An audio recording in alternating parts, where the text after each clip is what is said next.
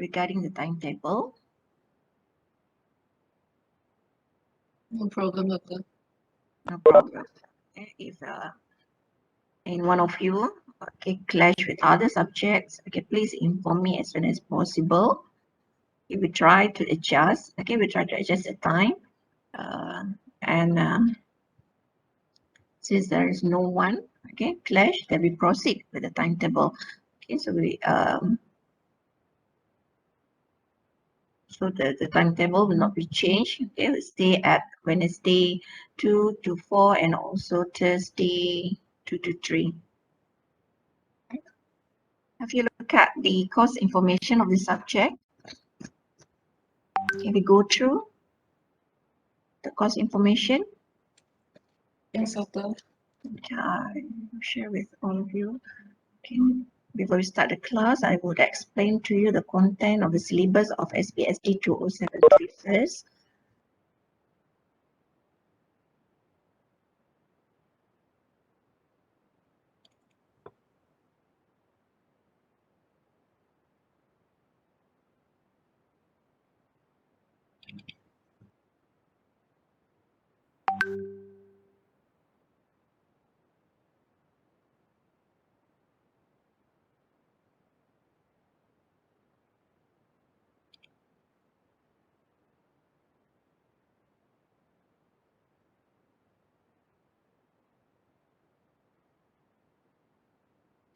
Does anyone in this class have taken occupational safety and health subject with me last semester?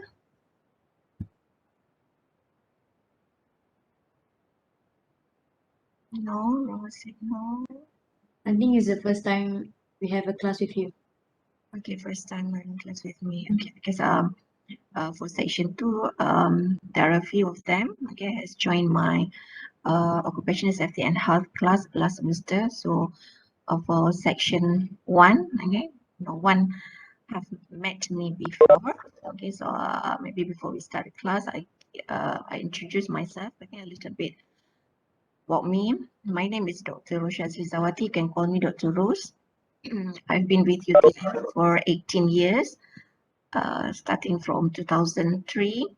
And basically for this subject, I have prepared a book named Commercial Law.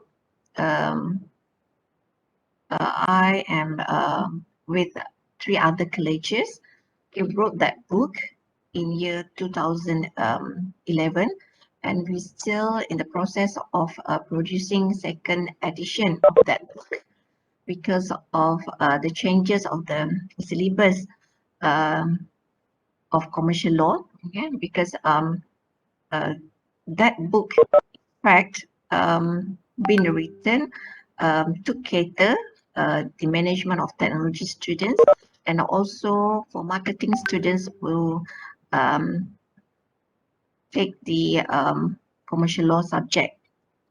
Because marketing students also take the subject with the same code as you all. It means the SPSD 2073 also been taken by marketing students. But before this, this subject, commercial law subject, the old code for this one is SHAD 3013. During that time, the content of the syllabus only cover 3 parts of the law, i.e. legal system, Malaysian legal system, contract, and also law of agency. So that version of our book in 2011 only cater those 3 part of law: Malaysian legal system, contract law, and law of agency. When the revision for this program, when it changed from SHAD to SBSD, the content of the syllabus more wider. We not just learn Malaysian legal system, contract, and also law of agency for commercial law, but the students needs to learn also on sales of goods, sale of goods, SOGA, company law, and also partnership law. So three more law were added to the old syllabus. So for your program, SBSD and also SBSDH students, they will have to study 6 components of law, compared to the old syllabus, only cater 3 part of law only. So we might say that certain part of law we learned not in detail, because if you can see the content of the week, you can see the content of the week in course information for company and also partnership law, only cater 1 week, 1 week for each part, compared to other part of law, for Malaysian legal system. For Malaysian legal system, 2 weeks, and for law of contract, 6 weeks altogether. And for law of agency, we have 2 weeks, as well as for sale of goods, also 2 weeks. So for company and partnership, you can see that only 1 week, for each part of component of law. So maybe for that part, we are not discussing it in detail, but unless you know the concept of company, what is partnership, and what is the elements or requirement to form a company, and also what is the difference between company and also partnership.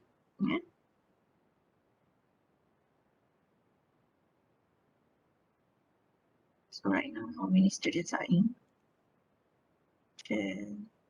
55 students. Okay,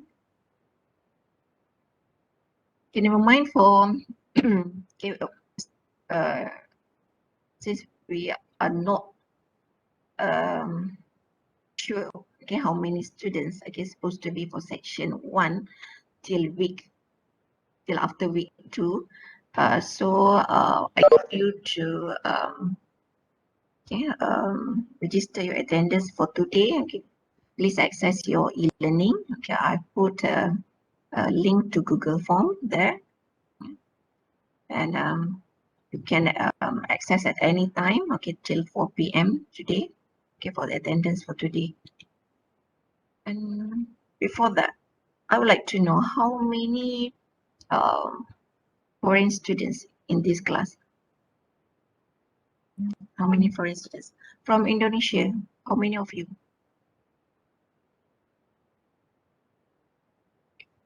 From Indonesia? I think around 7 from Indonesia. Ahmad Ghazian Mujibur Rahman. Okay, you are from Indonesia. Okay, whereas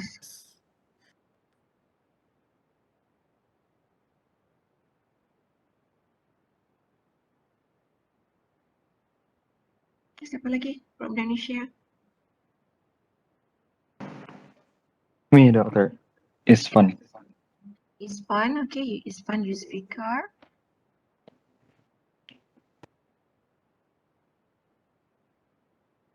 And what else? Ihsan. Ihsan, okay, 3. Ada lagi tak? Aida Safitri.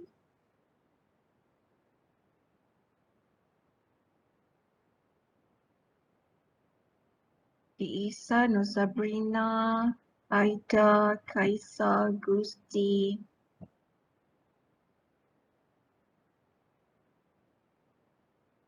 Andika, Hamdallah, Watin Aliju.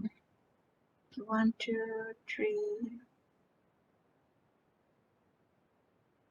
4, 5, 6, 7, 8, 9.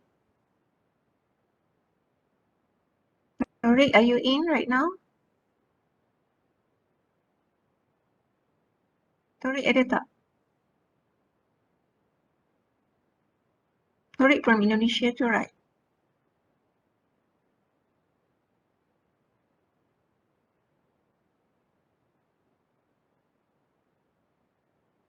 Siapa lagi from Indonesia? from other country? Is there any students from other country? Except Indonesia. Okay, Atika bin Rosman, you're from Singapore. Okay.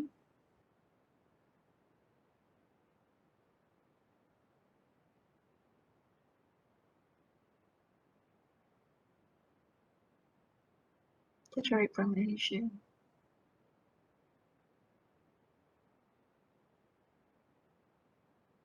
Torik sekarang ada tak dalam group? Dalam kelas ni sekarang ni? Sekarang macam tak ada, Doktor. Macam tak ada. Hmm.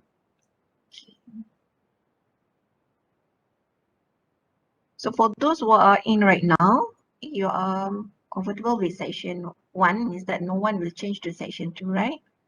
Or anyone having an intention to change to section 2?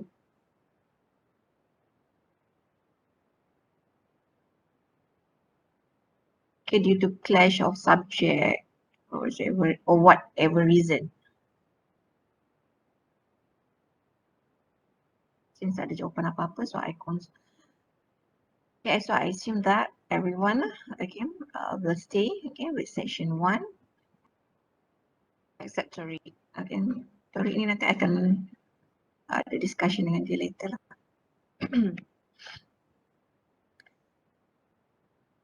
So just from Indonesia and also Singapore. So from Indonesia, you also can understand Malay, right? Malay language class.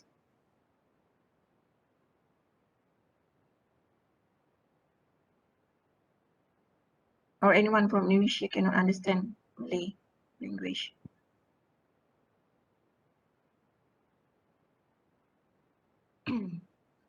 Okay, so for the subjects, okay, we settle about the who are the students, okay, in this class. So right now, we go one by one, okay, what is the contents of the SBSD 2073. So for week 1 and 2, okay, we will cater the Malaysian legal system. Okay, so for the part of Malaysian legal system, for Malaysian student, there will be no problem, especially for those who sit for history paper during their form 5, okay, because the content or the knowledge, okay, from that content adalah sesuatu yang mereka dah pernah jumpa, okay, because under this topic, okay, for Malaysian legal system, we will learn about the definition of law, what is the function of law, what is the role of law, and you also will learn about the classification and the sources of law, sumber perundangan. Beside of that, okay, we will learn about the pembentukan, okay, Malaysia as one of the country yang kita kenali dia sebagai negara demokrasi, yeah, and what kind of theory, okay, what kind of theory apply for our state, okay. Either we apply the theory of separation of power or theory of check and balance. Okay, we will learn later about this. And also the jurisdiction, okay, bidang kuasa, jurisdiction of federal and also state. Okay, because we have different jurisdiction of a federal and also state according to the list stated in federal constitution. So for Malaysian legal system, yeah, we will refer to certain articles embedded in federal constitution. I have shared with you federal constitution in PDF form, yeah, in your e-learning. So please go through that federal constitution. So for Malaysian legal system, federal constitution, which is considered as mother of law, will be referred as the main source of Malaysian legal system. And then, okay, for part law of contract, untuk bahagian undang-undang kontrak, we will refer to Contracts Act 1950, Akta Kontrak 1950. So later I will share with you the Contract Acts 1950 and for law of contract which cover 6 weeks, okay, which cover 6 weeks of the syllabus. Okay, you will learn about the requirement to create a valid contract which is enforceable by law. Satu kontrak yang sah yang boleh dikuatkuasakan dari segi undang-undang. So you will learn about offer, okay, what is offer, and when there is an offer there must be an acceptance. Bila ada tawaran mesti ada penerimaan. And then what is the difference between offer and also invitation to trade? Okay, tawaran dan juga pelawaan untuk tawaran. And then you will learn about the consideration, balasan. And to form a contract, we will look at the element of capacity to enter into a contract. Either an insane person, okay, seorang yang gila boleh join contract atau tidak. An infant or kids can enter into a contract or not. Okay, so there are several issues will be discussed in terms of the subtopic of capacity to enter into a contract. Jadi kelayakan untuk memasuki suatu kontrak itu kita akan lihat nanti dan kita akan bincangkan daripada beberapa isu lah. Okay. Kalau kata for those who an adult person with maturity of mind, seorang yang dewasa yang cukup akal, they can simply enter into a contract. But for those who are an insane person, orang yang gila, kanak-kanak boleh join a contract ataupun tidak. So kita akan lihat from the original principle and also exception. Kita akan lihat original principle-nya, adakah kedua-dua belah pihak tersebut can enter into a contract or not, and then later we will discuss about the exception, pengecualian. Sama ada kanak-kanak boleh join contract ataupun orang gila boleh join contract ataupun tidak. And then we will look at about the certainty of terms. Okay, we will discuss about condition, okay, and also warranty. Apa itu syarat, apa itu warranty, and what is exemption clause, fasal pengecualian, and whether that terms will give implication to a validity of a contract. And we will also discuss on void or illegal contract. Okay, void maksudnya contract batal. Okay. What is the element that can lead to a void contract, and also what are the elements of that can lead a contract to be a voidable contract. A voidable contract means a contract batal. Okay, void plus able. Okay, kalau tadi void contract batal, but right now voidable. Week 7 tu voidable, boleh batal. So the concept of voidable contract means that at the first place, again, the contract is a valid contract, but when there are elements of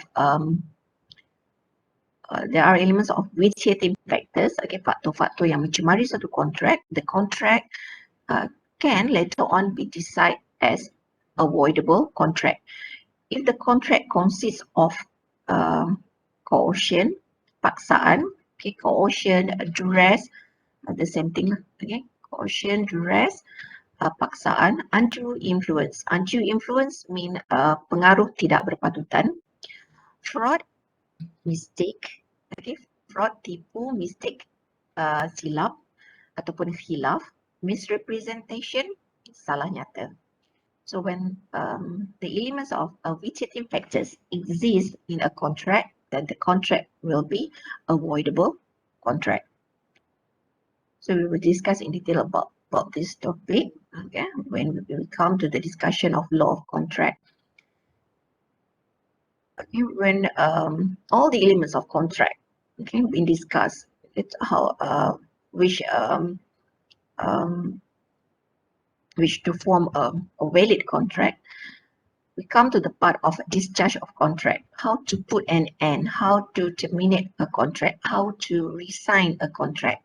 Macam mana nak tamatkan suatu kontrak, and what are the remedies for breach of contract. Yeah, there are 4 remedies, okay, for breach of contract. Remedies ni means baik pulih, how to cure how to cure a contract which consists of breach of contract. Macam mana kita nak selamatkan satu kontrak yang ada pelanggaran kontrak. So when we finish the law of contract, we will discuss on sale of goods. Okay, for sale of good, you will refer to other act. Okay, you refer to other act. Right now, you refer to Sale of Goods Act 1957. So several act lah you akan jumpa sepanjang this semester. Okay, untuk menghabiskan subjek SBSD 2073 ni, ada beberapa akta yang akan you go through. Okay, from sebelum ni, during the Malaysian legal system, you akan jumpa Federal Constitution, Perlembagaan Persekutuan 10. When it comes to the discussion of law of contract, you akan refer to Contract Act 1950. Dan bila dah sampai to the part of sale of goods, you will refer to the Sales of Goods Act 1957, Akta Jualan Barang. So under this topic, you will discuss on nature and elements of sale of goods, contract. Apa itu elemen yang membentuk satu kontrak jualan barang, okay? And the scope of sale of goods under Sale of Goods Act 1957. What is the definition of goods itself? Apa yang dimaksudkan dengan barangan? Dan adakah semua barangan will fall under the ambit of definition of sales of goods?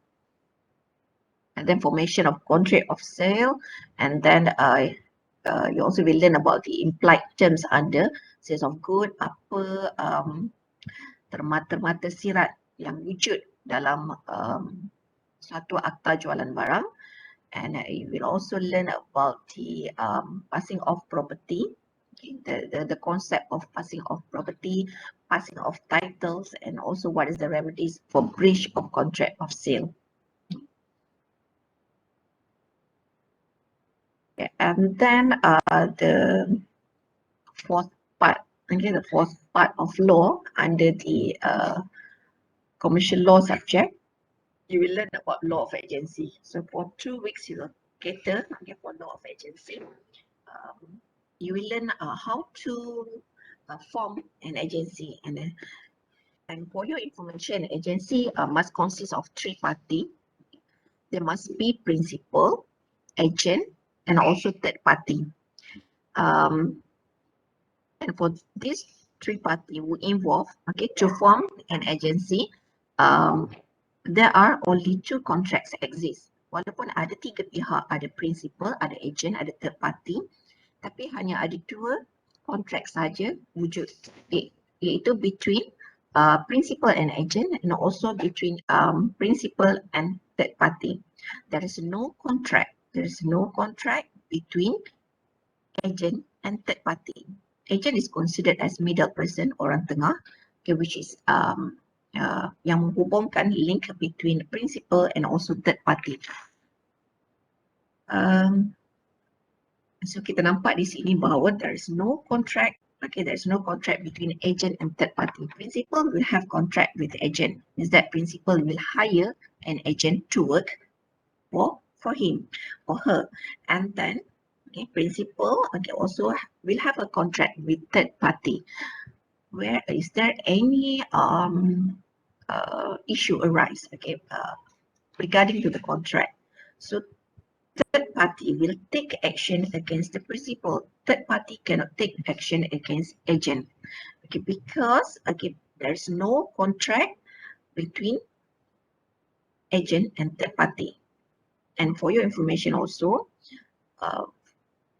untuk kita mengambil tindakan dalam mana-mana kontrak, kita kena lihat whether we are part of the contract ataupun tidak. We have when we involve in a contract, for example, in contract consists of 2 parties, A and B. So only A and B can take action against each other. Right to sue and also right to be sued. Hak untuk menyaman dan juga hak untuk disaman only exist between these 2 parties. For those who are involved in the contract can only have this kind of right. Jadi third party, orang ketiga, tiada hak orang yang tiada nama dalam mana-mana kontrak tiada hak untuk mengambil tindakan. And it is known as doctrine of privity of contract. Dikenali sebagai doctrine of privity dalam kontrak, ianya dikenali sebagai doctrine of privity, di mana mereka yang involved in a contract only can take action against each other. And then when we learn about the law of agency, okay, we'll discuss on the creation of agency. There are several types of creation of agency. Either it is an express agency or implied agency, or it's been created in the form of emergency agency, or it is based on estoppel or ratification. So there will be, okay, all of that will be discussed bila kita sampai bab law of agency. And then for week 14, okay, we'll discuss on company law, and week 15 on partnership law. So for company law, you will learn about the legal entity of a company. What is the difference between sendirian berhad, and also private company. And what is the distinction between company, partnership, and also sole proprietorship at the formation of a company. And for partnership law, okay, you will learn about the definition, okay, and nature of partnership, and how to form a partnership. Dalam satu partnership ada berapa ramai orang yang boleh wujud, okay? Berapa ramai members yang boleh wujud untuk partnership. Okay, adakah partnership hanya perlu wujud melibatkan 2 orang saja, atau it can be exist till 50% in one partnership. So kita akan belajar nanti. And then what is the liability of partnership, and also duration, for how long the partnership will be exist. And last topic of partnership, kita akan belajar macam mana nak terminatekan or dissolve, okay, or how to put an end to a partnership. So okay, that's all for the content. Okay, that's all for the content of commercial law, okay, for this subject so far.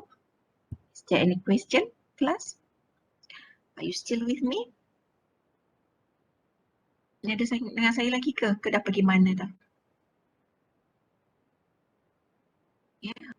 So semuanya faham. Okay, then we go to the part of assessment. Okay, we go to the part of assessment. Okay, so for this part of assessment, we will have quiz. Okay, one quiz, 10%. So for this quiz, I hope that everyone could score for this part, because normally student can score this one.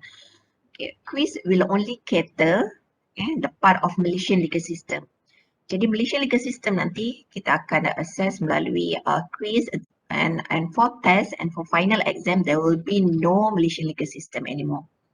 Jadi Malaysian legal system hanya akan keluar melalui quiz sahaja, akan di-assess melalui quiz sahaja. 10%. A simple question, false or true statement, short answer, something like that. Quiz 10%. So I hope that everyone could score this part lah. Okay. And then for test, okay, test will be cater the earlier part, okay, the earlier part of contract. Part of the contract. Okay, so before test, no worries, I will give you what subtopic that will be come out in the test. Okay, 20% test, and we will have mini skill research. So for mini skill research, 20%. So I might be give you several mini assignment. Okay, a few mini assignment, okay, in order for you to score for this part. Okay, normally student can cater well, okay, for the part of mini skill research and also for presentation. And I hope for this session also sama lah dengan situasinya dengan previous students. Okay. And then for final exam, tadi saya kata Malaysian legal system will not be come out. Okay, selepas dia keluar dalam quiz, tak ada lagi dah keluar untuk test ataupun final exam.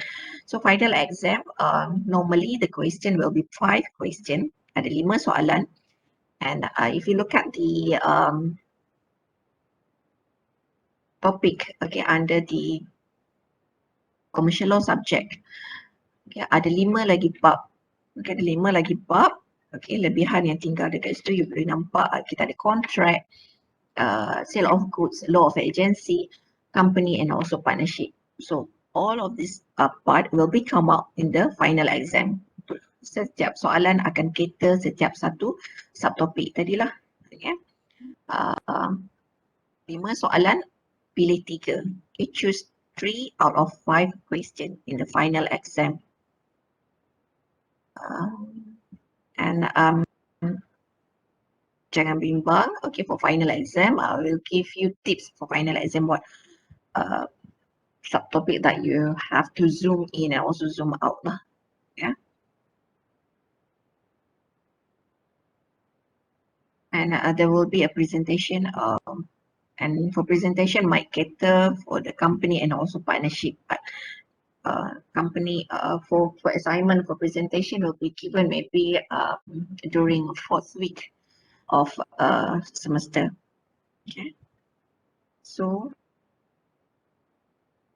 ada soalan untuk bahagian assessment kelas? Doctor, for the assignment, is it a group assignment? Yes, assignment will be in group. Right. Okay, assignment will be in group, and for group, normally I give freedom, okay, to students, okay, to choose your members. Ataupun untuk section ni you nak I yang choose kan? No, we choose ourselves. Okay, so I give you freedom to choose your own members because I don't want any problem later.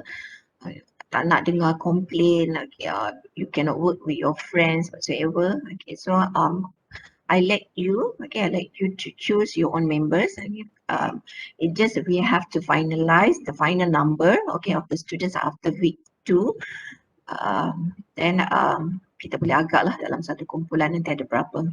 Okay, because I will given you task during week 4. Okay, during week 4 nanti. Okay, for reference ni I dah highlight kan. Okay, this one is my book with my other colleges. Okay, this one to cater the 3 components of law. Okay, i.e. Malaysian legal system, contract and law of agency. The second edition might be released next year. So tak sempat lah dengan you all. Okay, tapi kalau kata you can buy this book, okay, via Shopee. Kat Shopee pun dah ada kat untuk this book sekarang ni, ataupun you can also contact penerbit UTM, okay, if you want to have this version of this book, ataupun di Kinokuniya pun ada buku ni, di MPH pun ada. Okay, to get this book lah. Okay, and then you also can refer to other commercial law books as long as the discussion is from Malaysian perspective. Okay.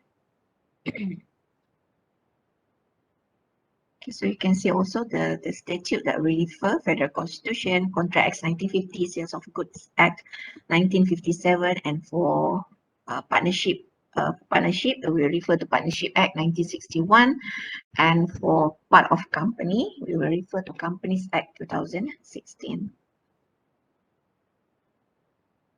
Okay, so ada soalan kenaan dengan syllabus or content of commercial law, ataupun ada apa-apa yang nak ditanyakan, okay, before kita start kelas? No question. Okay.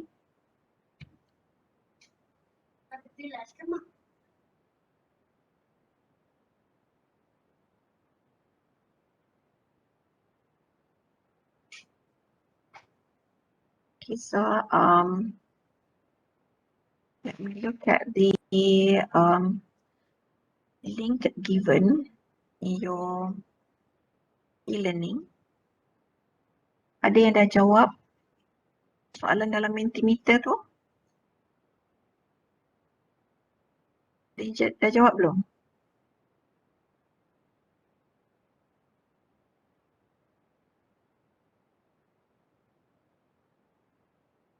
Okay, seems that dah ada yang dah jawab. Baiklah.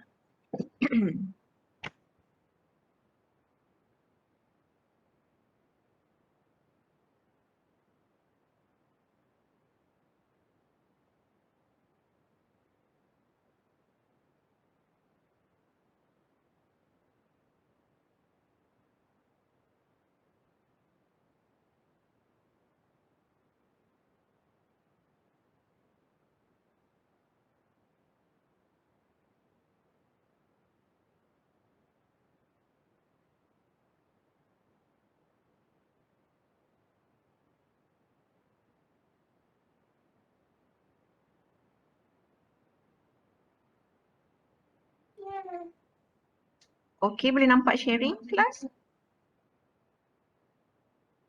Nampak doktor. Okay, so this one is considered as your answer. Okay.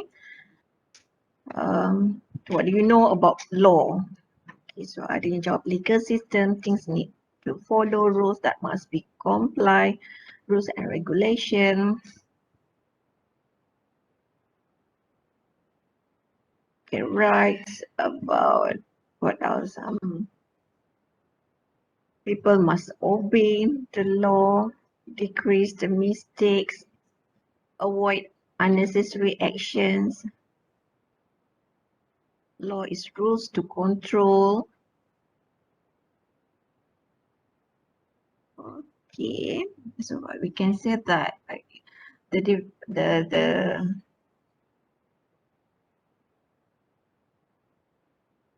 the answer given about what you know about law here, okay, refer to the definition of law that we will discuss later. Okay, now we will go to our discussion for the first topic.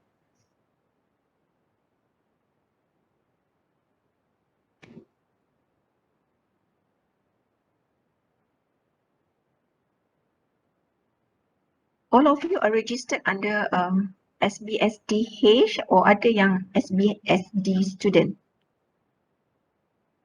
Ada yang SBSD student tak?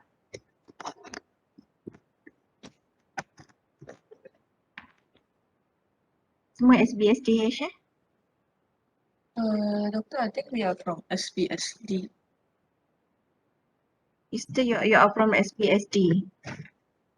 So you are not a second year student? You are Oh no, student. I'm a second year student, but isn't it our this year will be SPSD, the code number?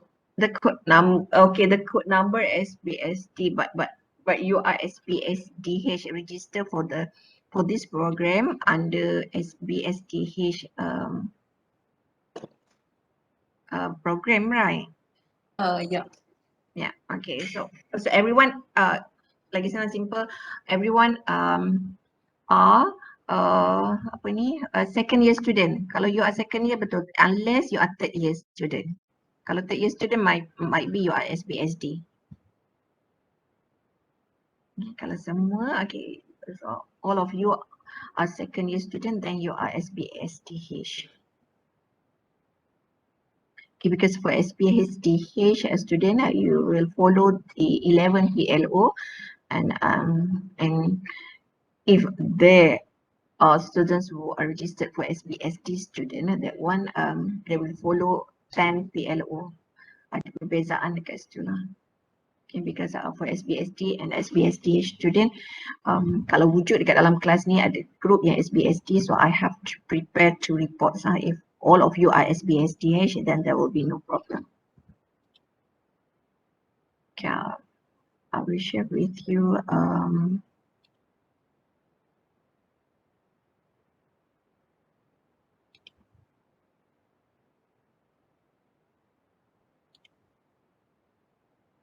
the Malaysian legal system. I think some of you dah download daripada e-learning, okay, for this notes.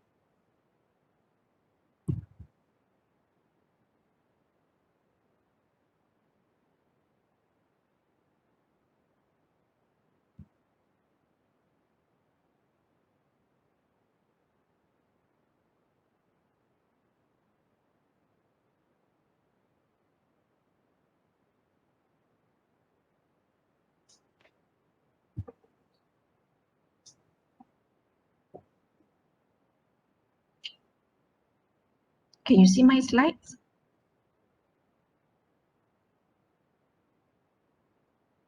Yes, doctor. Okay. So we'll discuss on the Malaysian legal system, okay, the introduction to Malaysian legal system. Okay, before we discuss about the Malaysian legal system, we have to know about the definition of law first, okay? And the point that you have been given to answer, what do you understand about the word law, what do you know about law, okay? It relates to the definition which is definition of law, which is appear in front of you right now, okay?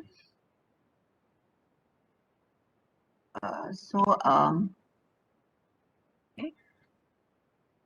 Kita layman, okay, layman maksudnya orang biasa lah, which has no background of law. Okay, normally we understand that law is a general principle or general rule which control, okay, human being, a rule to conduct, okay, the action of someone. Okay, so kita tahu kenapa wujudnya, okay, kenapa wujudnya undang-undang ialah to make sure that, okay, at the end of the day berlakunya keadilan, okay, adanya justice, and also with law, okay, dan dengan adanya undang-undang, we know that there will be no chaos, okay, happen in our society, okay, untuk mengelakkan berlakunya kacau bilau, okay, dalam masyarakat, and without law, in fact, our life will be upside down, okay, because we cannot just think that law is only referred to act, enactment or ordinance. Kita tak boleh membayangkan bahawa undang-undangnya hanya refer kepada akta, okay, enactment ataupun ordinance semata-mata, but it also refer to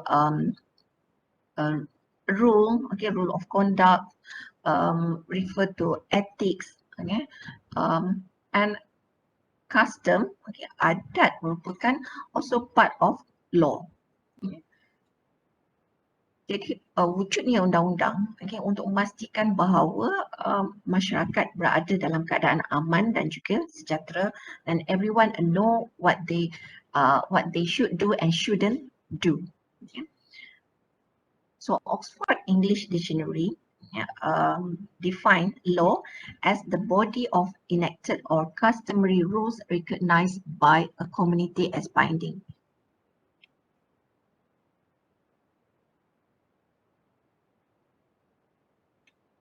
Okay. Oxford English Dictionary define law as the body of enacted, means that adanya pihak yang mengguban undang-undang, okay, dan undang-undang tersebut akan diguna pakai, will be applied to the orang bawahan, okay, from the superior, okay, from top to down. Okay, undang-undang semestinya datang daripada pihak atasan lah, okay, dan kemudiannya akan digunakan oleh orang bawahan, and there is no such law in our world ni. Dalam dunia kita ni tak ada undang-undang yang dibuat oleh orang bawahan kemudian ini terpakai kepada orang atasan. It must become from top to down.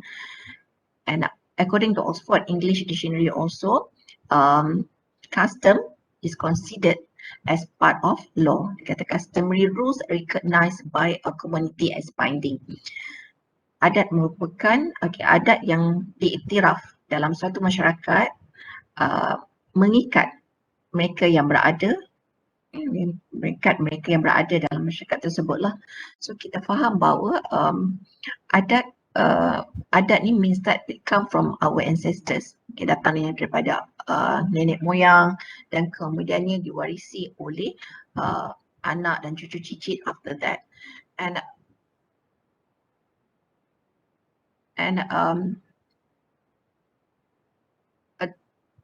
adat ini kita faham kadang-kadang adat, okay, kadang-kadang adat ini merujuk kepada kaum, yeah. Dan kalau kat Malaysia, if we look at in our country, we do have several ethnics and also races. Okay. Ada orang Melayu, India, dan juga Cina, dan juga kaum-kaum lain, okay. Dan mereka mempunyai adat yang tersendiri. Kalau kita lihat di Sabah dan Sarawak, ada banyak kaum yang ada Kadazan, Iban, Bidayuh, Dayak, whatsoever. Okay, so they have their own custom, yeah. Dan adat yang diterima daripada nenek moyang kemudian ia digunakan pakai oleh masyarakat setempat,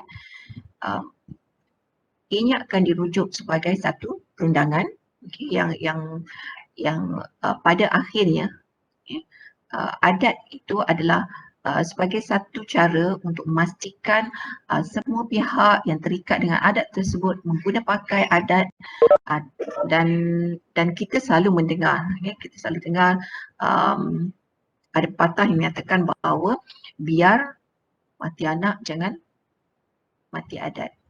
Betul tak? I don't know kalau Malaysia, kalau Indonesia punya proverb ada tak untuk perkataan tu. Ni selalu dengar perkataan tersebut. So kita faham bahawa adat ni cukup penting, perlu diamalkan dan sampai to the extent boleh keluar, boleh keluar satu peribahasa macam tu lah. Biar mati anak jangan mati adat, means that adat itu perlu dijaga, must be preserved. Cuma bila diaplikasikan kepada orang sekarang ni, anak-anak muda sekarang ni dicuba ubah balik. Dia kata kalau dah mati anak, macam siapa pula yang nak teruskan adat? So mereka merasakan bahawa peribahasa tersebut perlu disangkal dan tak relevan to our situation nowadays. But for your information, custom is considered as part of our law. Dan bagi setengah masyarakat, mereka memang follow whatever rules in the custom dan ianya diamalkan sampai sekarang. Okay, for example, for those who are strictly follow undang-undang adat berpatih, for certain parts in Malaysia, for example in Negeri Sembilan and also some part of Melaka, mereka mengamalkan adat berpatih secara konsisten lah. Memang sekarang ada certain rules yang diguna pakai strictly, yang tak boleh diubah, yang tak boleh dilanggar oleh mereka yang terikat dengan adat tersebut. Okay, maybe in Indonesia also they have their own custom. Anyone from Indonesia would like to share with us what kind of custom that been applied in your country?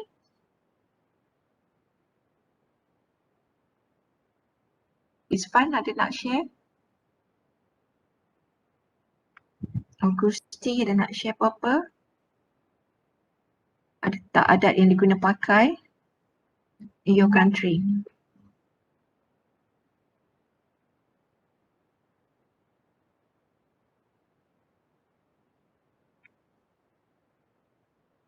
Plus, are you still with me? Mana semua orang ni?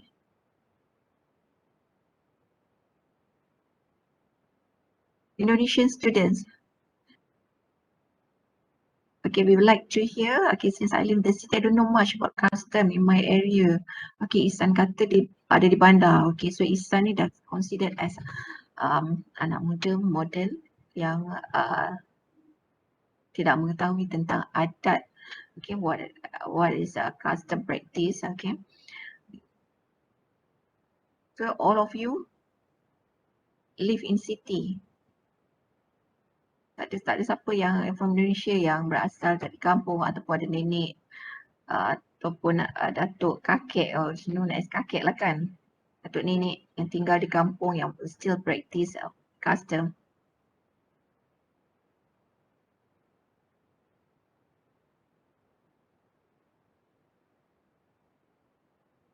Sometimes under the custom dia ada pantang larang. Okay, dalam custom dalam undang-undang adat ni ada pantang larang yang berbeza mengikut kaum. Okay. For example, kalau kata untuk for Malay, okay, contoh pantang larang, okay, contoh pantang larang yang selalu orang tua mewawarkan kepada orang muda lah. Okay. Tak boleh menyanyi kat dapur. Apa lagi? Kenapa tak boleh menyanyi kat dapur? Untuk anak perempuan lah. Anak lelaki nak menyanyi kat dapur pun tak kisah. Kenapa tak boleh menyanyi kat dapur? Apa rasionalnya? Untuk cakap apa? Biasa orang tu cakap kalau nyanyi kat dapur nanti kahwin dengan orang tua.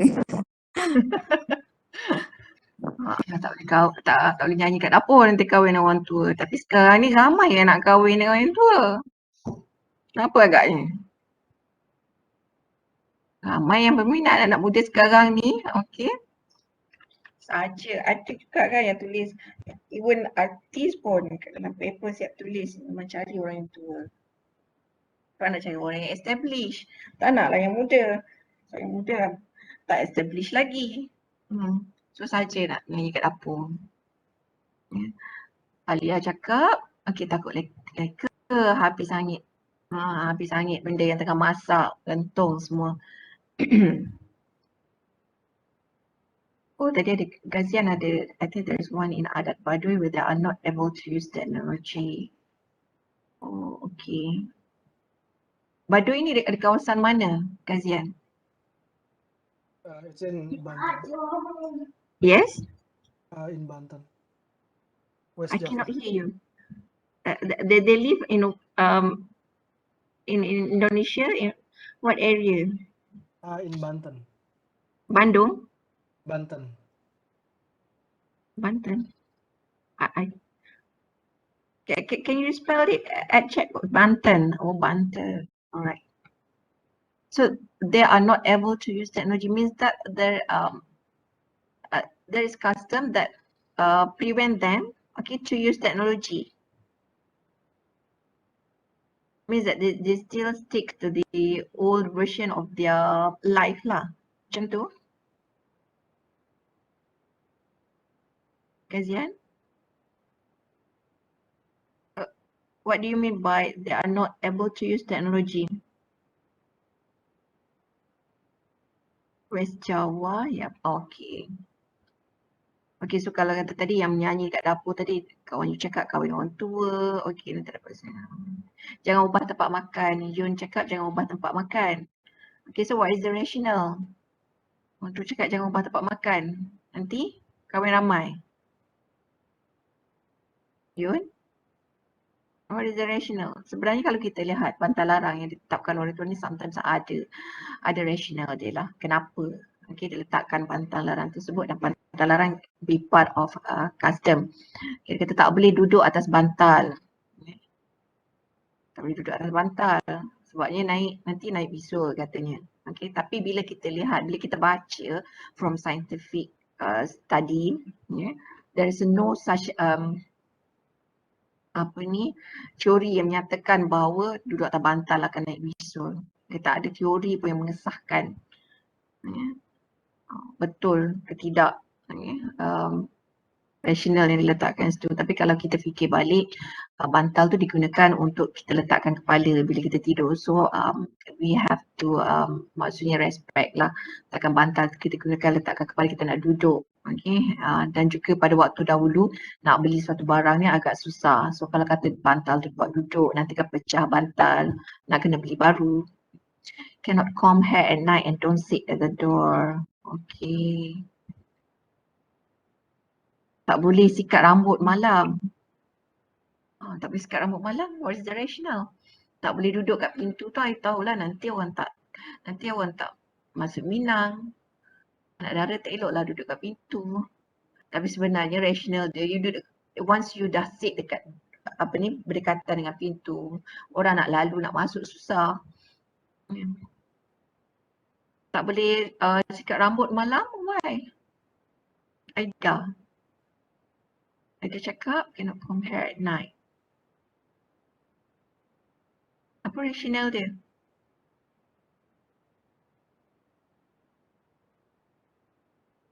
Mana Aida ni? Tak ada. Susah ni nak panggil ni. Dah tutup tak nampak muka, tak apa jawab pun. Kawan-kawan tak nampak muka pun. Okay, cepat. What is the rationale? Kan ada siapa yang tahu what is the rationale why we cannot comb our hair at night?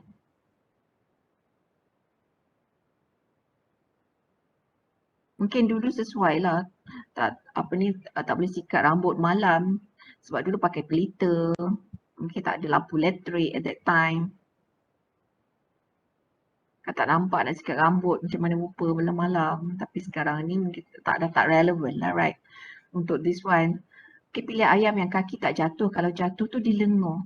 Nanti orang tua kata hilang aura. Oh, tak boleh sikat rambut malam sebab nanti hilang aura. Lepas tu kalau, that is me, kalau kata macam mana sekalipun rambut rupa malam memang tak boleh nak sikat lah. Kalau mengikut adat ni lah kan, aku patah larang ni. Pilih ayam yang kaki tak jatuh. Kalau jatuh tu dia lengur. Okay. Apa maksud dia ni? Tak pernah cakap, tak pernah pula saya dengar pilih ayam yang kaki tak jatuh. Ni ayam yang kita guna untuk masak ke apa? Yun. Tak, apa ni ayam ke apa? Dekat pasar. Pilih ayam untuk masak lah. Bukan dekat pasar. Dekat pasar. Kalau kan nak beli ayam kan.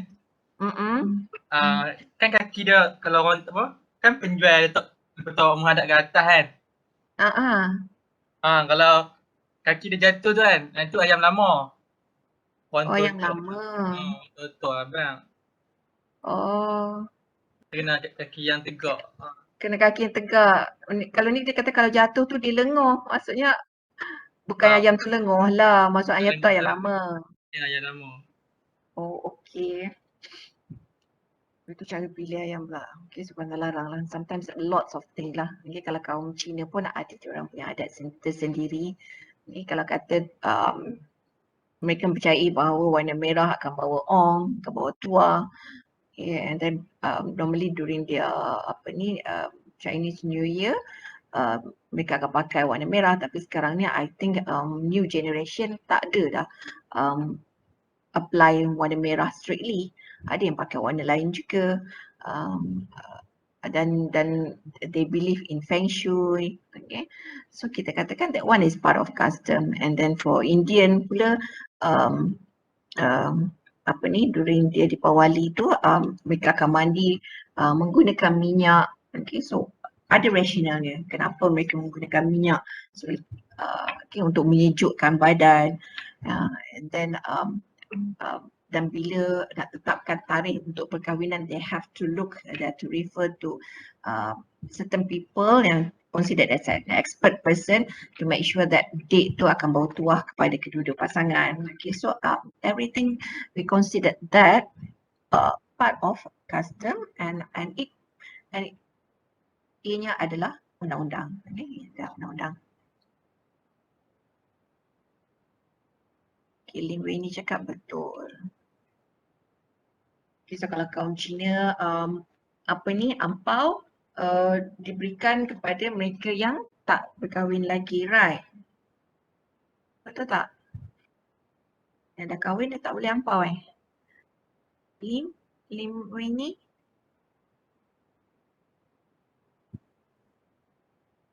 Mana tadi yang jawab tadi dah? Kelas susah betul nak panggil you all ni.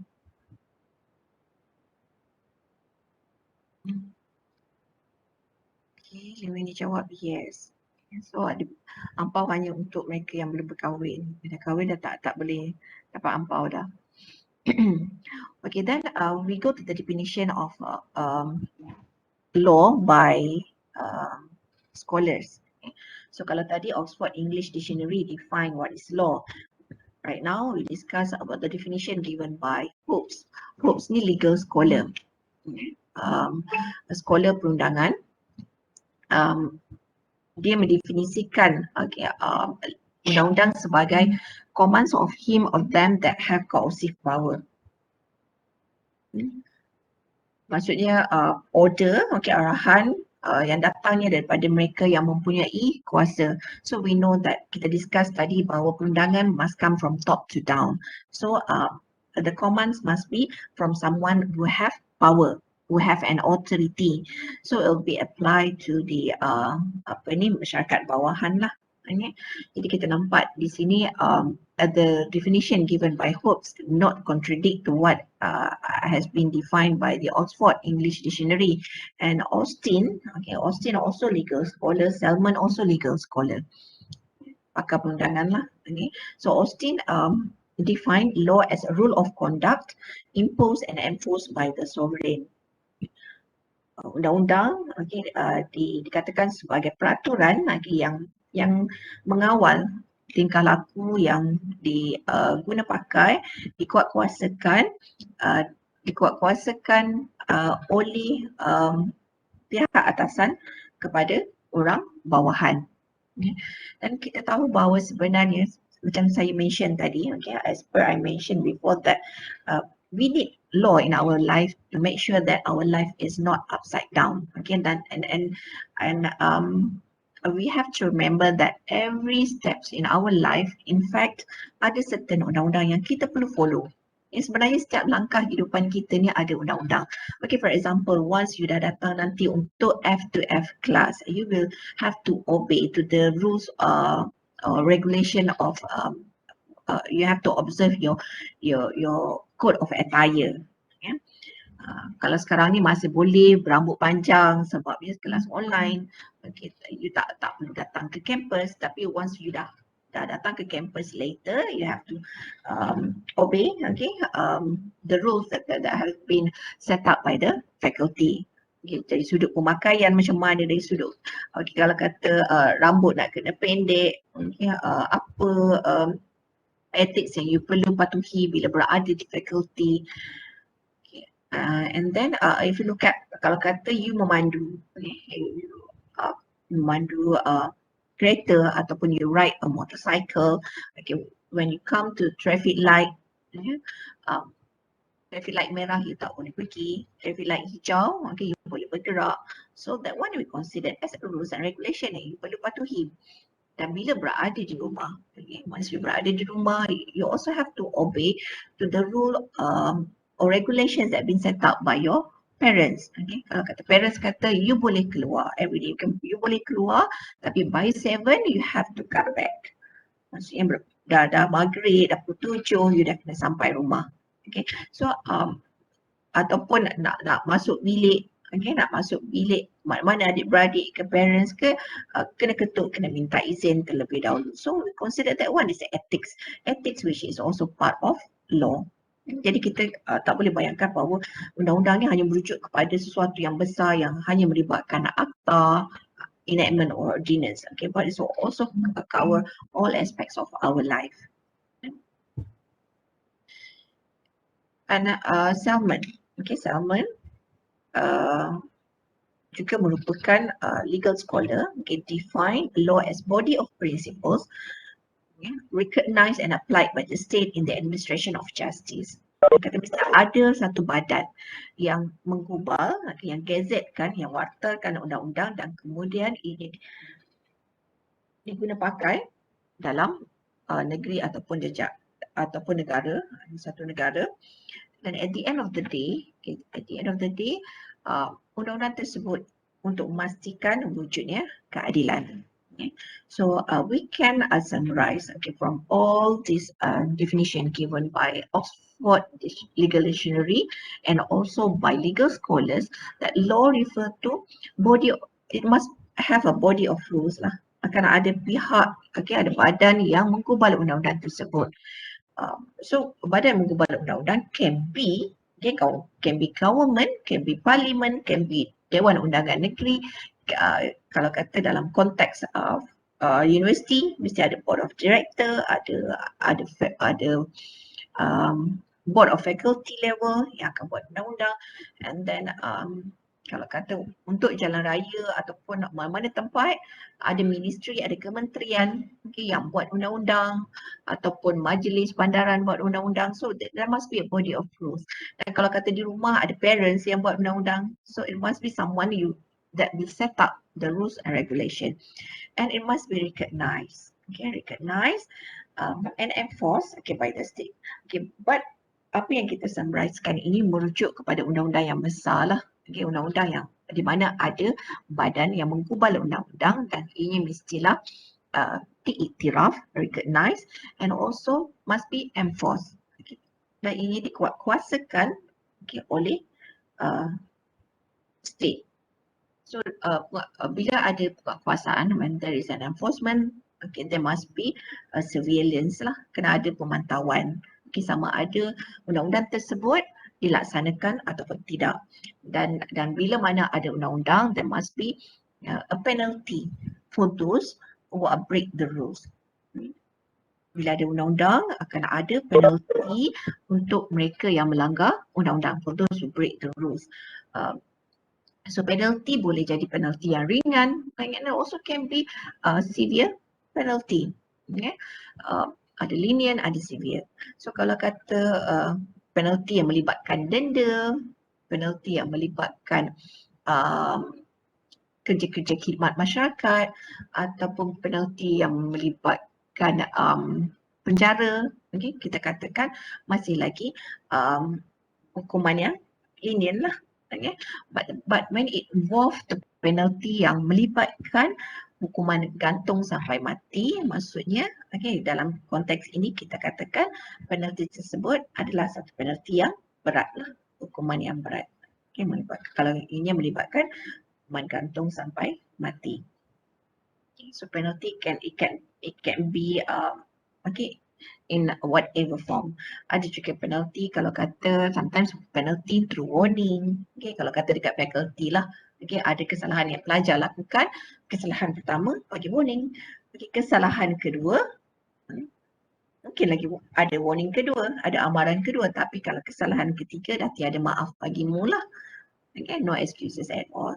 Jadi setiap undang-undang yang dibuat must be a penalty for those who break, okay, who break the rule. Dan orang pun selalu cakap, okay, law been made to be broken. Okay, law been made to be broken. Sebab itulah akan ada part penalty tu. Okay, bila dia kata undang-undang dibuat, okay, dan akan ada pihak yang akan pecahkan undang-undang, akan langgar undang-undang tersebut. So that sebab itulah adanya part penalty dimasukkan dalam mana-mana perundangan.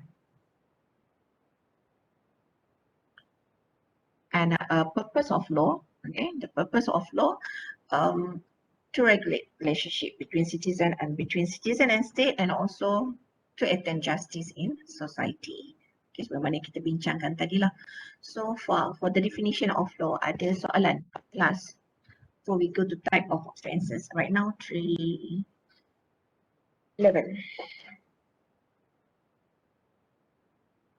Semua jelas? Ada soalan berkenaan dengan definition of law before we go to type of offences? Okay, so sekarang ni kita akan bincangkan. Okay, we discuss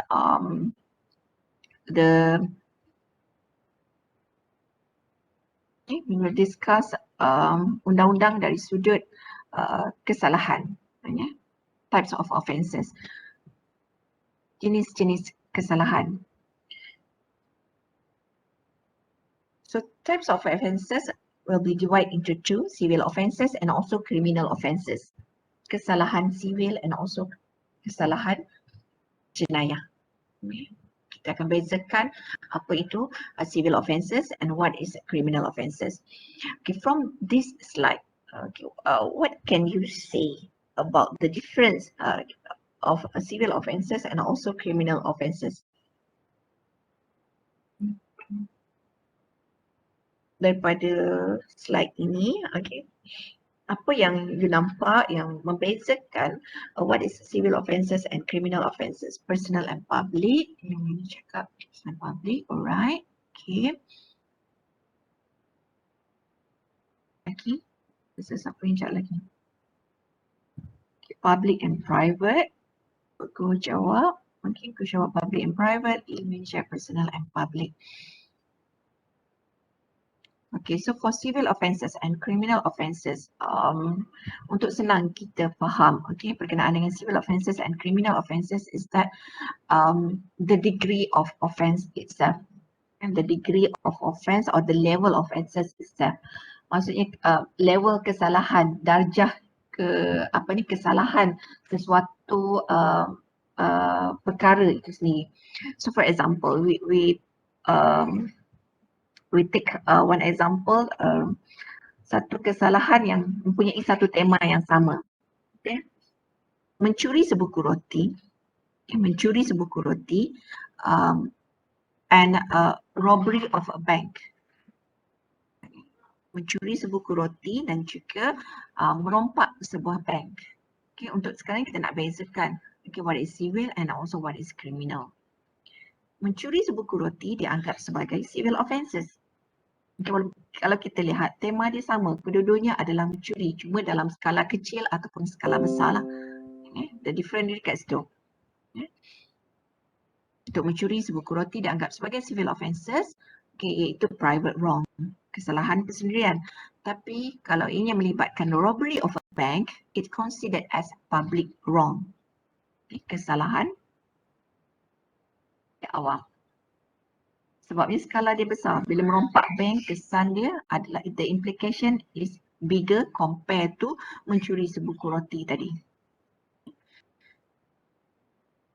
And for civil offences, for civil offences, it's not just only refer to the private wrong, bukan saja refer kepada kesalahan persendirian, but also refer to breach of individual rights or breach of law of torts. Bukan hanya lihat kepada pelanggaran yang melibatkan hak persendirian, tapi juga merujuk kepada berlakunya pelanggaran kepada undang-undang torts. Pernah dengar perkataan torts, kelas? Have you heard the word torts before? Dengar tak? No, okay. Let me share with you what is the law of torts.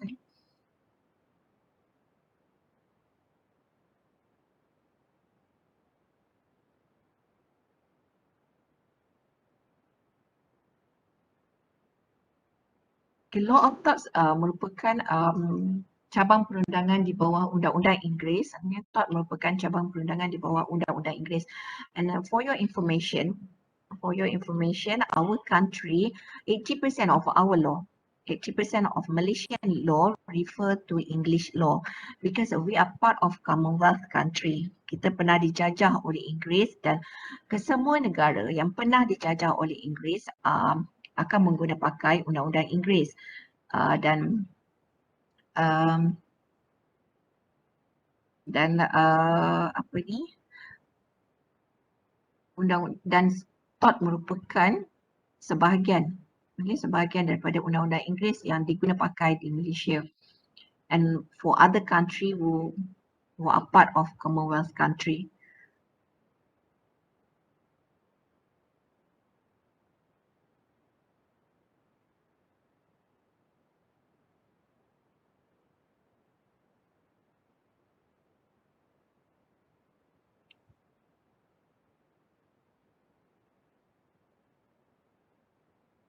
Can you see this one, class?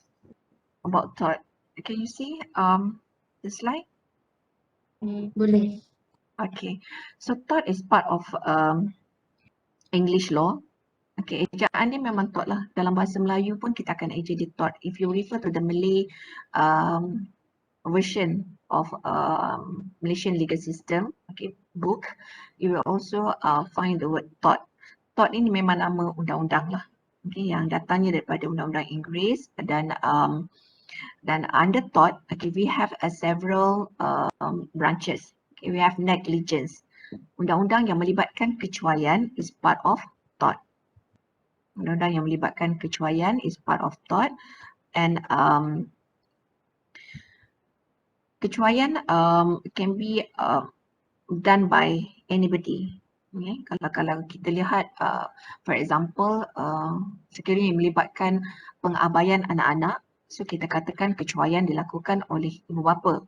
And if you look at the situation of workers at a company, if employer fail to provide personal protective equipment to the workers, then we can say that majikan melakukan kecuaian dengan gagal menyediakan peralatan perlindungan diri yang sesuai kepada pekerja.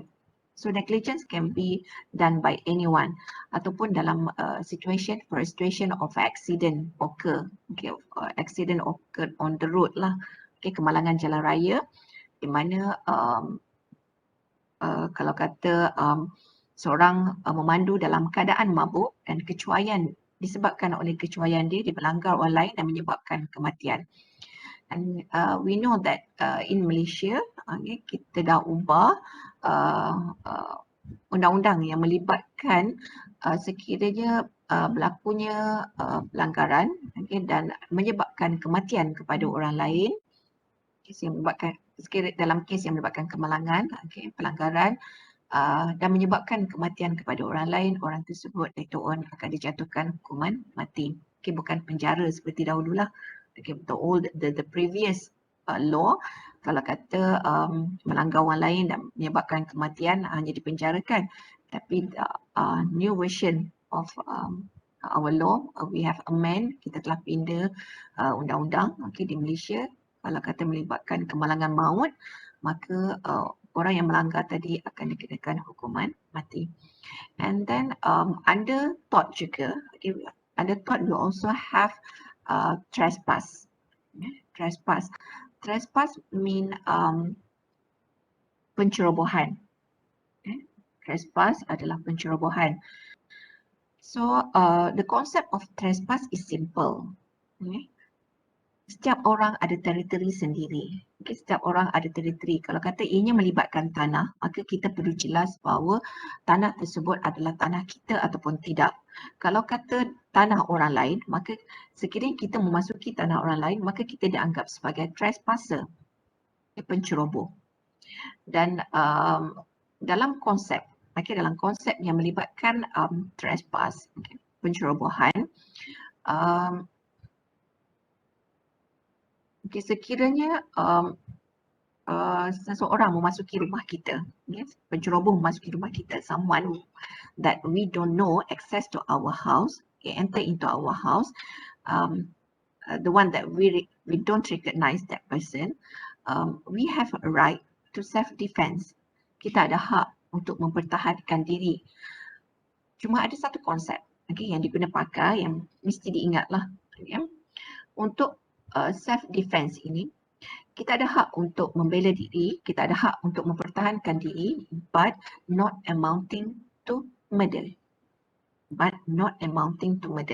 Kita ada hak untuk mempertahankan diri tapi tidak boleh menyebabkan kematian orang lain.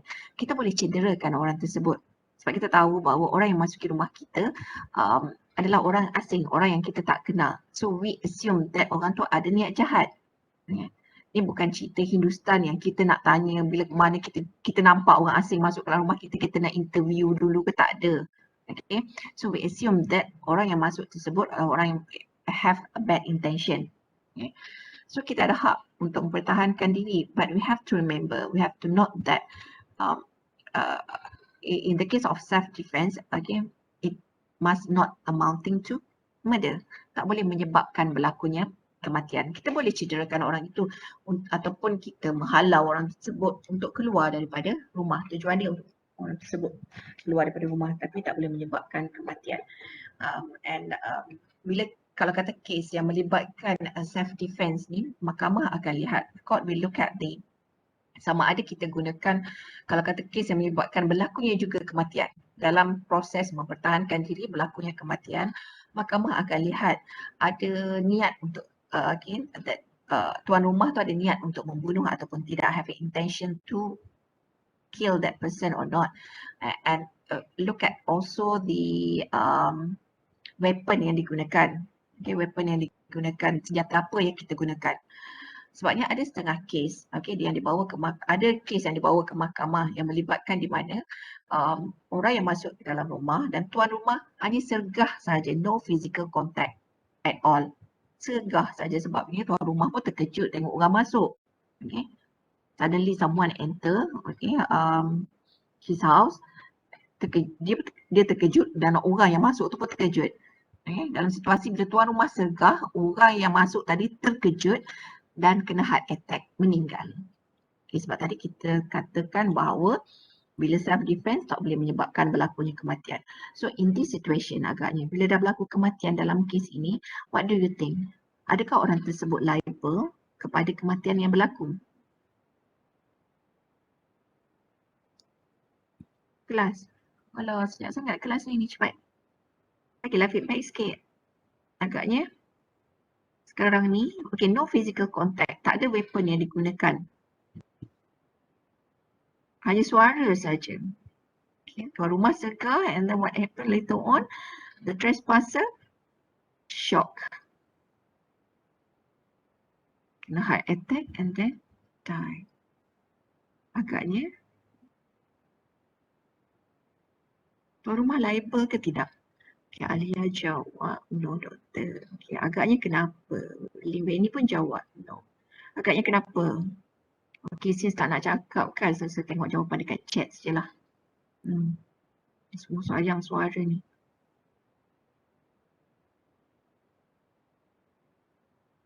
Sebab self defense, okay, Atika cakap, okay, the owner of the house will not be liable, okay, because of self defense. Okay, Lima ni cakap no physical hurt, tak ada, no physical contact.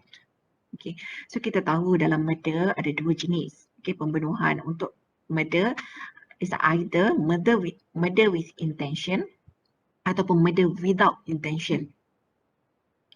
Membunuh dengan niat ataupun membunuh tanpa niat.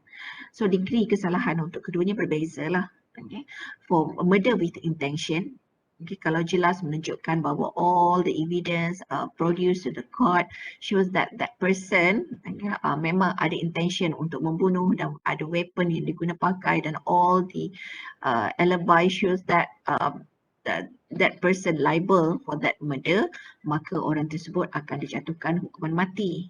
Okay, sebab ni melibatkan kematian. Okay, so it's considered as part of a hardcore crime. Okay. And for your information, criminal offences ada satu code yang list down all the criminal offences in Malaysia. Pernah dengar kanun keseksaan, penal code? Have you heard the word penal code? Kanun keseksaan. Dalam bahasa Inggeris, penal code. Dalam bahasa Melayunya, kanun keseksaan. Okay. So, segala criminal offences, segala kesalahan yang melibatkan jenayah tertulis dalam penal code. Okay. Tertulis dalam penal code, kanun keseksaan. So, kalau kata perkara yang melibatkan murder, so it must, murder sama ada murder with intention, murder dengan pembunuhan dengan niat, or murder without intention, pembunuhan tanpa niat, ianya adalah kesalahan jenayah. Cuma hukuman dia berbeza. The penalty is different. Kalau untuk yang mempunyai niat, pembunuhan yang mempunyai niat, akhirnya orang tersebut sekiranya liable, the suspect person or the akhirnya merupakan seorang yang bersalah dan dijatuhkan hukuman, convicted person, maka orang tersebut akan dijatuhkan hukuman gantung sampai mati. And untuk murder without intention, dia tak akan membawa kepada hukuman mati. Sama ada hukuman penjara seumur hidup, ataupun kita lihat sama ada kalau kata yang melibatkan self defense, maka ianya tidak dianggap sebagai satu kesalahan. Kena lihatlah kenapa berlakunya kematian tersebut.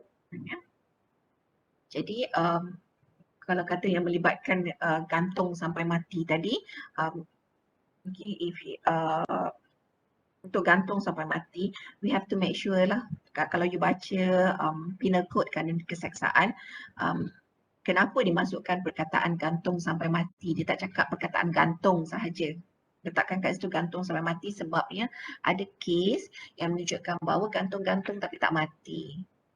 So that's why dia letakkan perkataan kat situ gantung sampai mati. So bila seseorang dikenakan hukuman gantung sampai mati, there will be doctors kat situ yang akan make sure bahawa hukuman yang dijalankan tadi menyebabkan orang tersebut meninggal.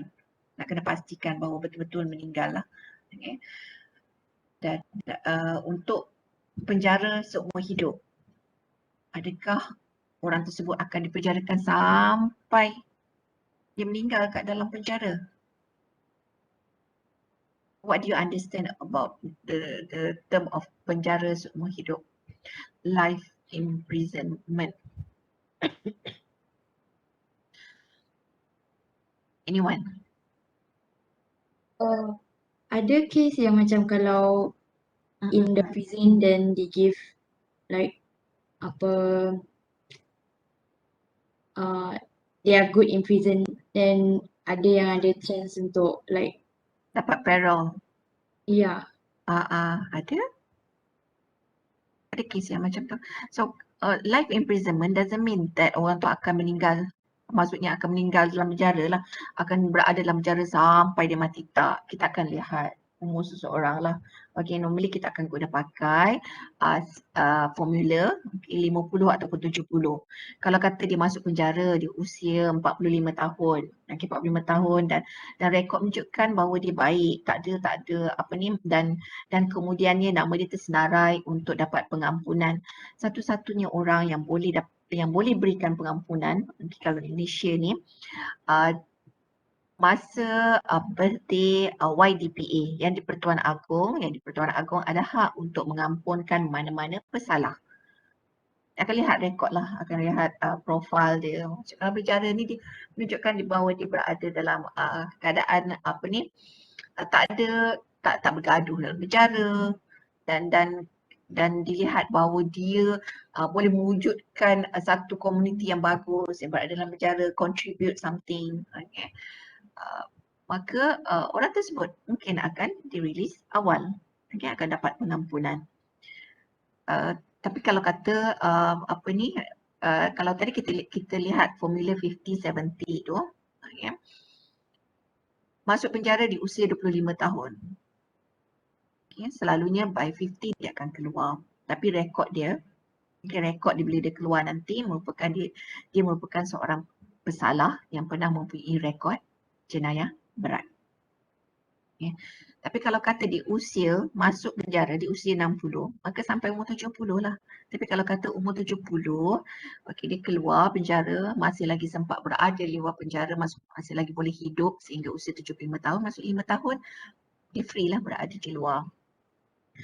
Doesn't mean that bila kita letakkan penjara seumur hidup tu maksudnya berada dalam penjara sampai akhir hayat dia tu, tak.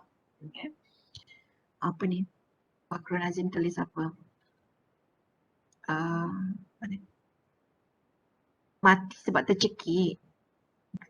Mati sebab tercekik atau tak ada nafas tapi tengkuk patah. Yang untuk kes apa ni? Gantung sampai mati ke apa ni? Fakrul? What do you mean by Bagi gantung sampai mati. gantung? Dia mati sebab tercekik atau tak ada nafas tapi tengkuk patah. Dia mati sebab apa? Tengkuk patah, bukan tercekik.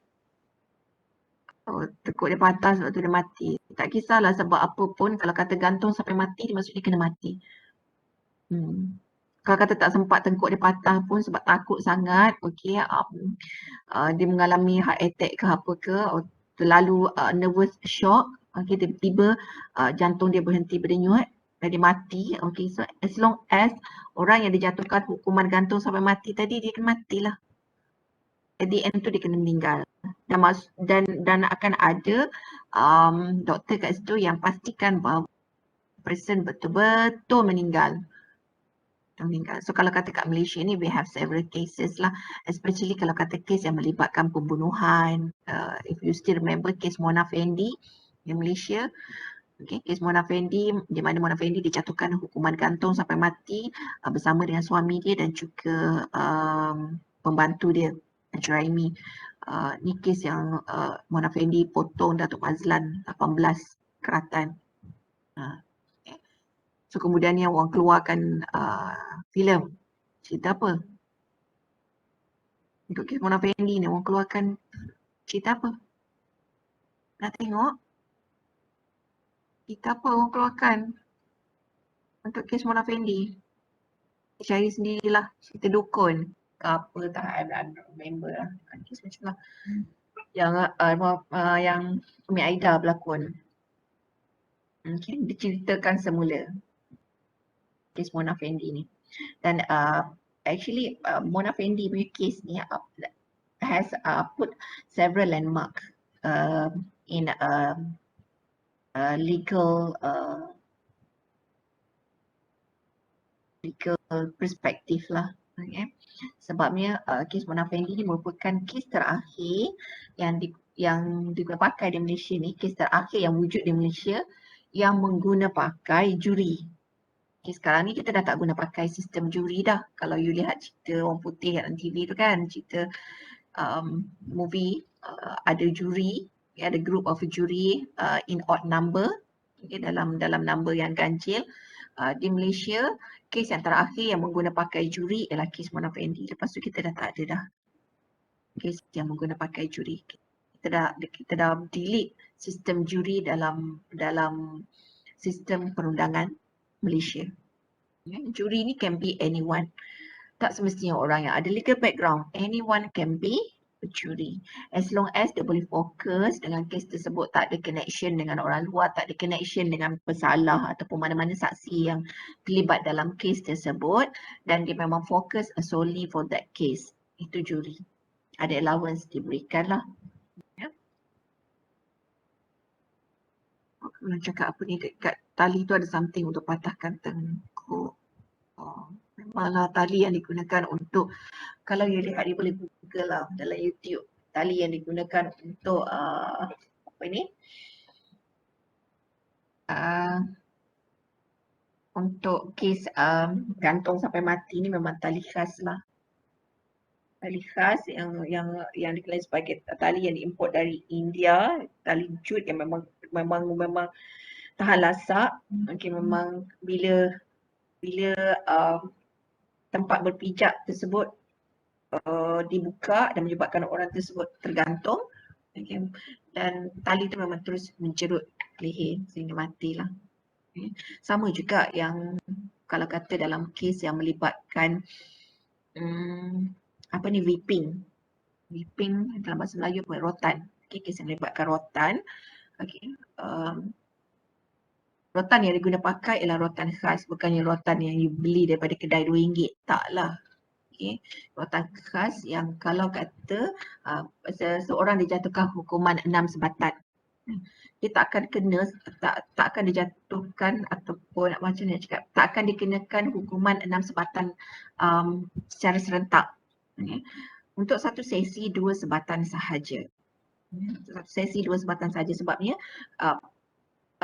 sebatan yang pertama, okay, bila kena kulit dah meninggalkan kesan. Dalam maksudnya ada lekuk dekat situ. Dan meninggalkan kesan yang cukup jelas. Dan orang yang ditugaskan untuk rotan pesalah, okay, dikenali sebagai jagoan, orang ni memang expert. Okay. Bila dijatuhkan, okay, rotan untuk kali kedua tu, rotan tersebut akan jatuh di tempat yang sama, dia tak akan tersasar.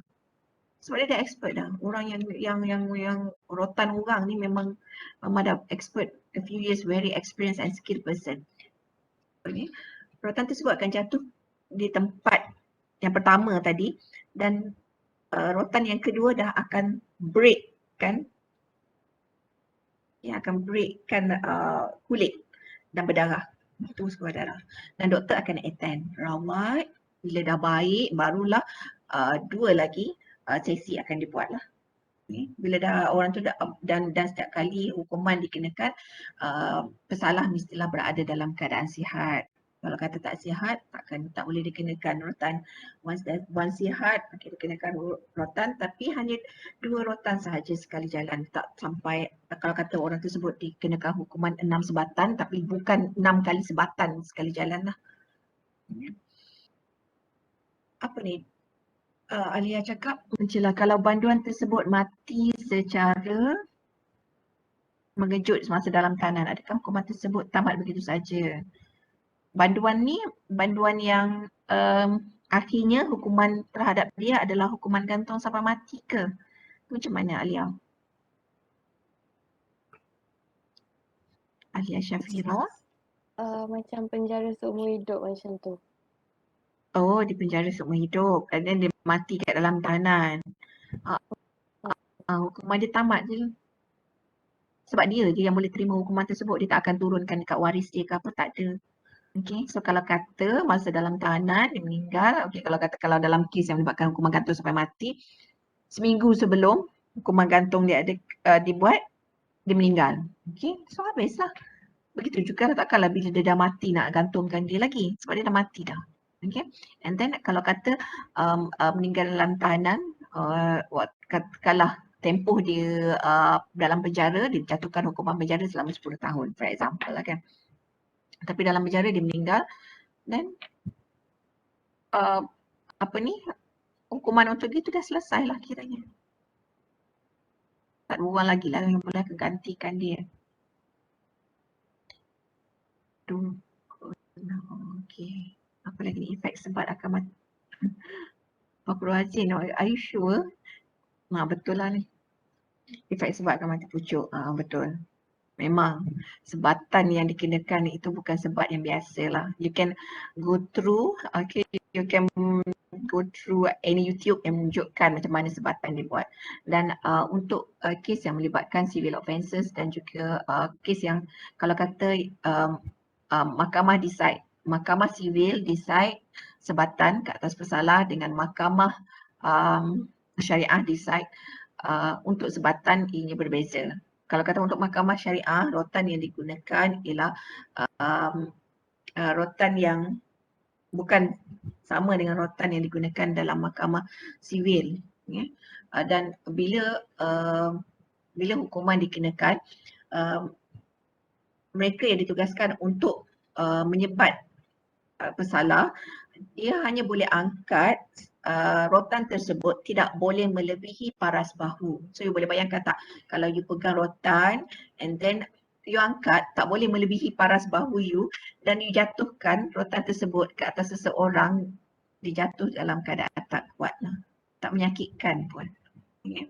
Sebabnya dalam konsep Islamic law, ianya lebih kepada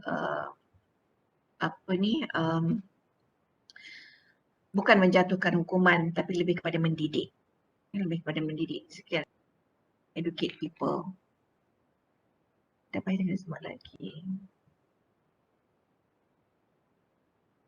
Apa cerita tadi kita sampai kat mana? Thought trespass. Sekarang dah 3:41 dah. Okay, lagi a few minutes, nanti 3:45 kita habis kelas lah. Okay, nanti you boleh snapkan this one first. Okay. Yang ni saya tak bekalkan dalam dalam e-learning. Okay. Di bawah thought juga ada nuisance. Nuisance bermaksud gangguan. Nuisance ni bermaksud gangguan. So konsep nuisance senang je. We have to put ourselves in other people's shoes. Nuisance gangguan ataupun kekacauan. Okay, we have to put ourselves in other people's shoes. Itu konsep nuisance. Jadi kalau kata kita buat apa saja, kita kena fikirkan juga perasaan orang lain. Okay, whatever we do, we have to consider other people. Jadi kalau kata kita buat sesuatu akan menyebabkan gangguan kepada orang lain, akan menyebabkan ketidaktentraman kepada orang lain, okay, will disturb others, then it will considered as nuisance.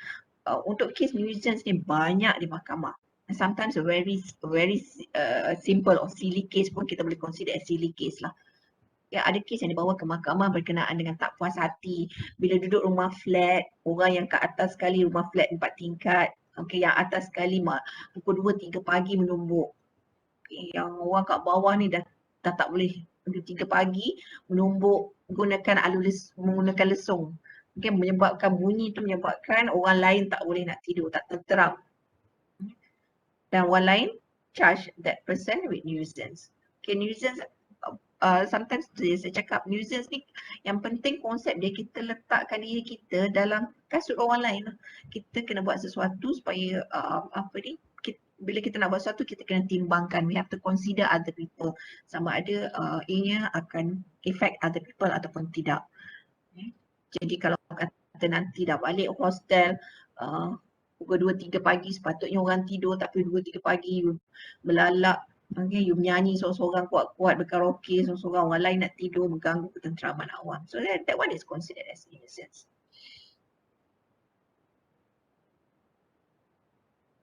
And then exhaust and battery, also part of thought.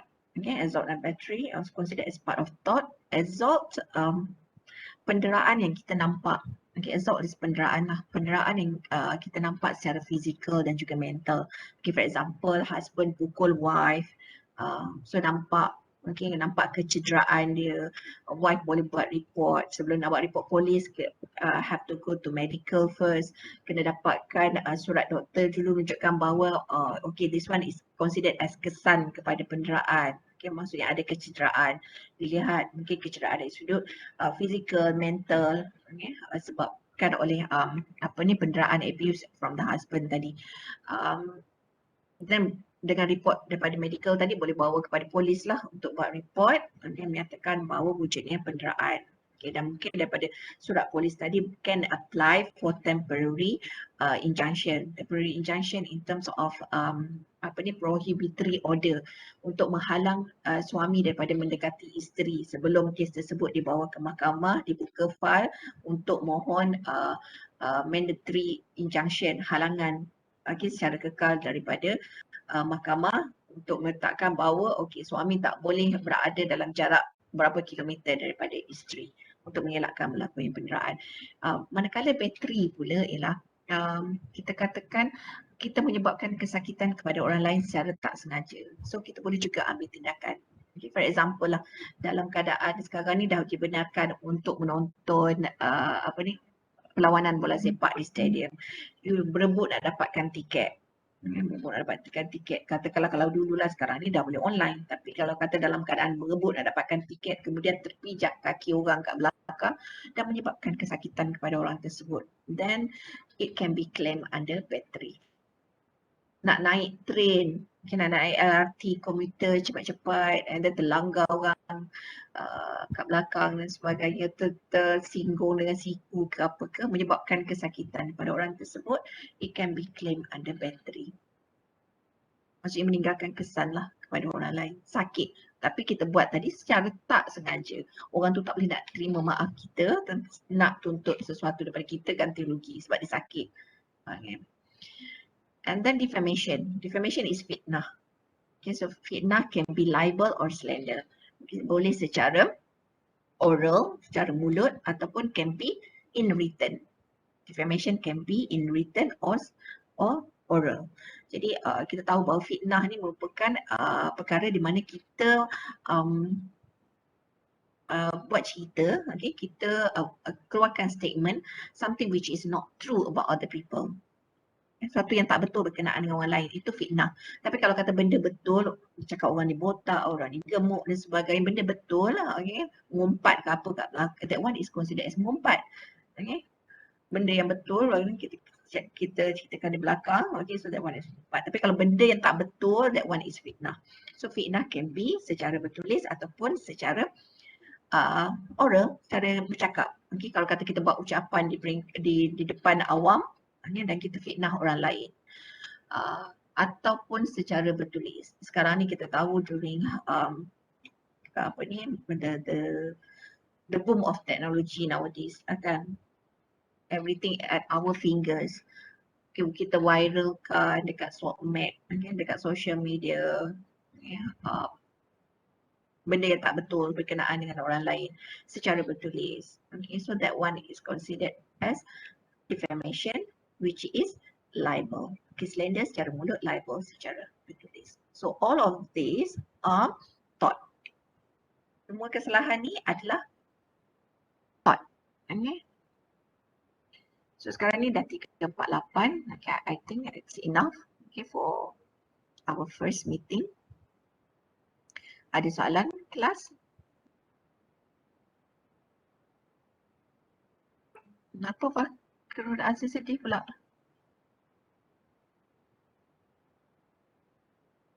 You nak buat kenapa? Tiba ada gambar sedih. Okay, so kelas? Sedih kelas habis lah. Kelas habis dah.